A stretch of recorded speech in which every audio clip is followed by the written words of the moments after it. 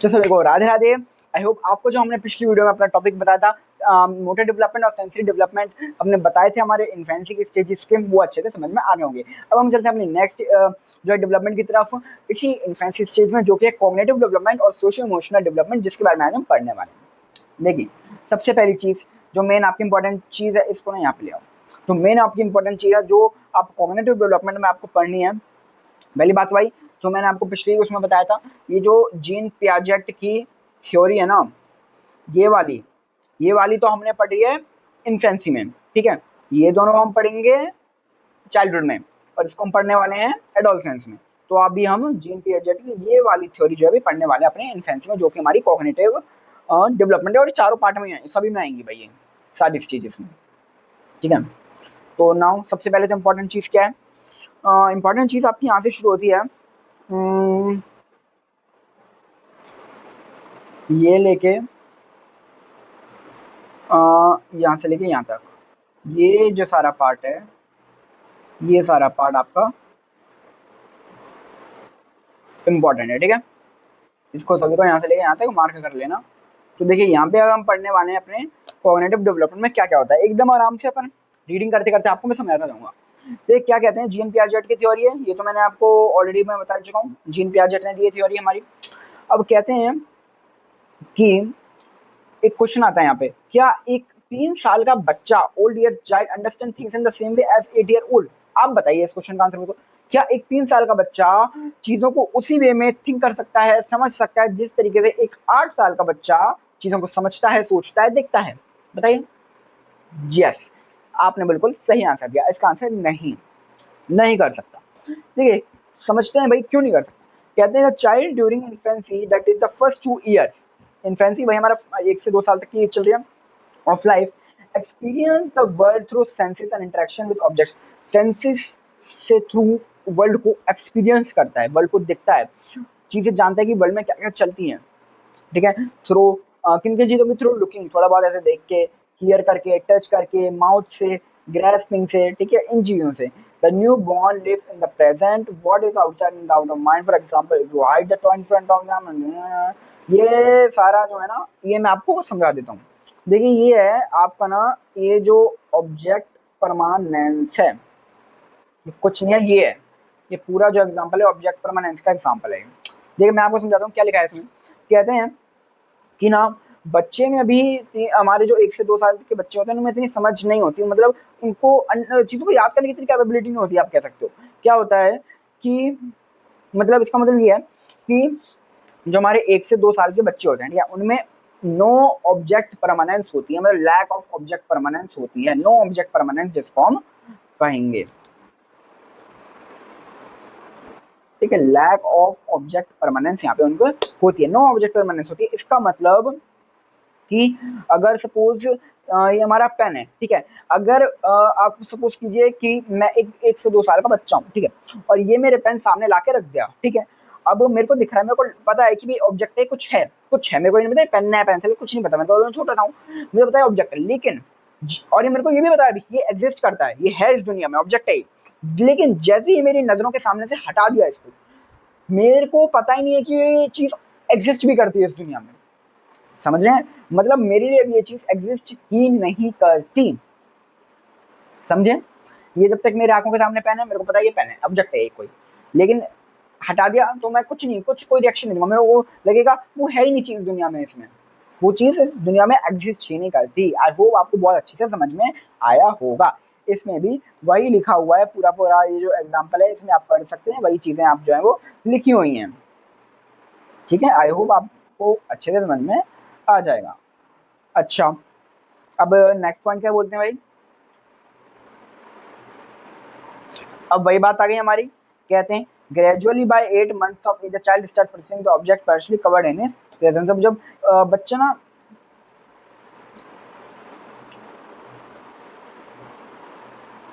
Okay, अब हमारा यहाँ पे नेक्स्ट पॉइंट आता है, कहता है कि जो vocalisation begins with the infant babbling sometimes, वही कहता है कि जो वोकलाइजेशन होता है ना बच्चों को, मतलब कम्युनिकेट करना, कि जो बच्चे ना वो थोड़ा बहुत कम्युनिकेट करना शुरू कर देते हैं, कौन सी एज तक, 3 से 6 महीने की एज तक बच्चे थोड़ा बहुत कम्युनिकेट करना शुरू कर देते हैं।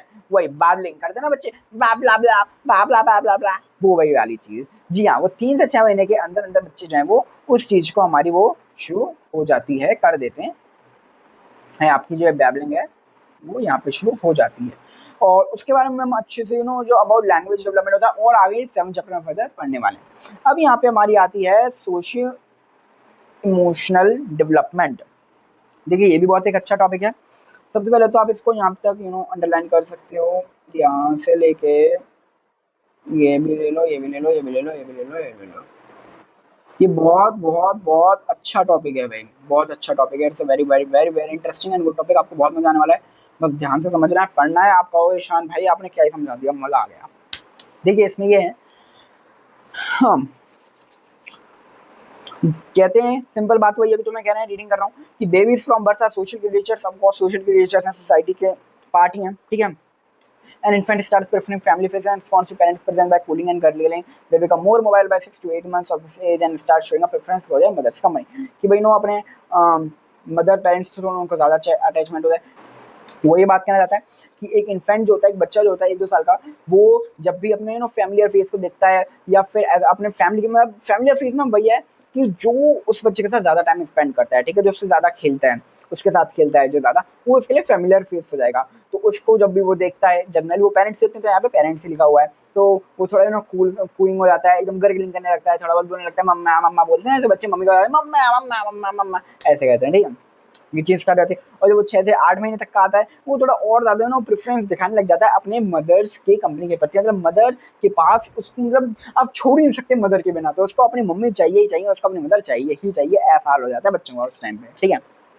अब इसमें हम आगे साइंस भी पढ़ने वाले हैं कि ऐसा भाई क्यों होता है, बहुत इंटरेस्टिंग है, इसलिए मैं आपसे कह रहा हूँ बने रहिए, मजा आ जाएगा। आप भी कहोगे ईशान भाई कि आपने क्या ही पढ़ा दिया, मजा आ गया ईशान भाई। ये देखिए ये टॉपिक आता है हमारा, ये कहते हैं हम the close emotional bond of affection that develops between infants and their parents caregivers for attachment। ये ये जो सोशल इमोशनल डेवलपमेंट है इसमें बहुत बहुत इंपॉर्टेंट टर्म है ये अटैचमेंट। आपको ना लेकिन इस अटैचमेंट टर्म को समझना पड़ेगा थोड़ा भी, अटैचमेंट के थ्रू ये क्या कहना चाहते हैं। देखिए इस अटैचमेंट टर्म के थ्रू ये कहना चाहते हैं कि ना ऐसा नहीं है भाई, आप सोचते हो ऑफकोर्स कि बच्चे को अपनी मम्मी से ज़्यादा लगाव होता है, अपनी मम्मी से, फिर उसके बाद उसके पापा से, या उसके फिर उसके बाद सिबलिंग से, उनसे ज़्यादा लगाव होता है। अपनी मम्मी से हम कहेंगे यहाँ पे मम्मी से ज़्यादा लगाव होता है, पेरेंट्स से यहाँ पे जैसा कि लिखा है ज़्यादा लगाव होता है, जबकि ऐसा कुछ नहीं है। एक बच्चे को अपने पेरेंट्स से लगाव नहीं होता। जी हाँ, मैं ज़रूरी नहीं है कि उसको अपने पेरेंट्स से ही लगाव होगा, उसको लगाव होता है अपने केयर गिवर से। जी हाँ, जो भी उस बच्चे की केयर करेगा, जो भी उस बच्चे की ध्यान से ना केयर करेगा, उससे उसको ज्यादा लगाव होता है। अब यहाँ पे एक और लाइन आती है ये वाली,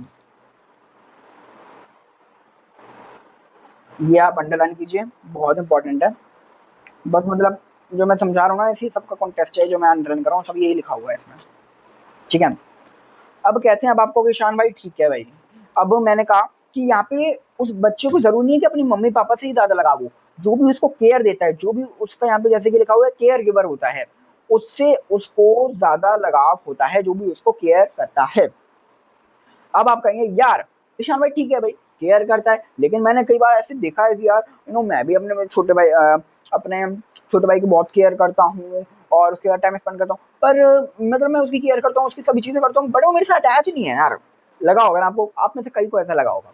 तो इसका रीजन है क्योंकि आप उसके साथ एक लव और अफेक्शन की फीलिंग नहीं बना पाते। अब कहीं ईशान भाई यार लव और अफेक्शन की फीलिंग क्या है। देखिए लव और अफेक्शन उसके प्रति प्यार, उससे लगाव, अफेक्शन, लगाव, लव, प्यार, उसको मतलब आपको ना कंफर्टेबल करना होता है अपने साथ, ठीक है। अब वही चीज यहाँ पे हमारी जो है वो लिखी आ जाती है, ये यहाँ से आप देख सकते हैं, यहाँ से लेके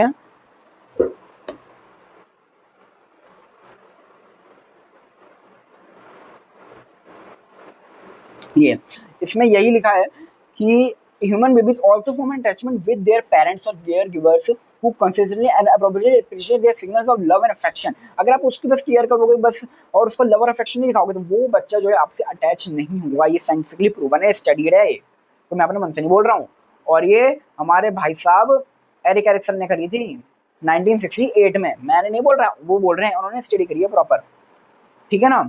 The first year of life is the key time for the development of the attachment. It represents the stage of developing the mistrust versus trust.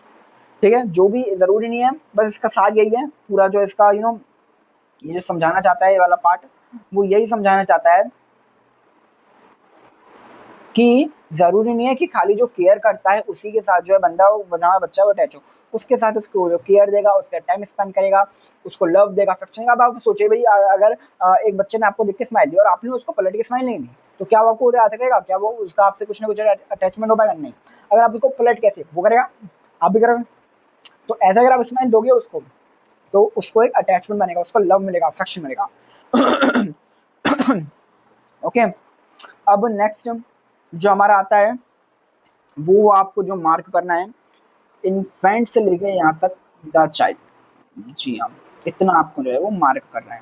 अब देखिए मैं आपको यहाँ पे क्या कहना चाहता हूँ, यहाँ पे ना एक वर्ड आया ट्रस्ट और मिसट्रस्ट, और कोई ईशान भाई आपने इसका मतलब नहीं समझाया, समझाता हूँ। देखिए ट्रस्ट और मिसट्रस्ट ना, ये भी पहली चीज तो हो गई अटैचमेंट, अटैचमेंट हो गया पहला चीज हमारा। सेकंड चीज हो गई हमारी ट्रस्ट वर्सेस मिसट्रस्ट। मतलब अगर कहते हैं ये कि अगर आप बच्चे को जैसी पेरेंटिंग दोगे, an infant sense of trust, उसके अंदर ट्रस्ट कैसे बिल्ड होगा?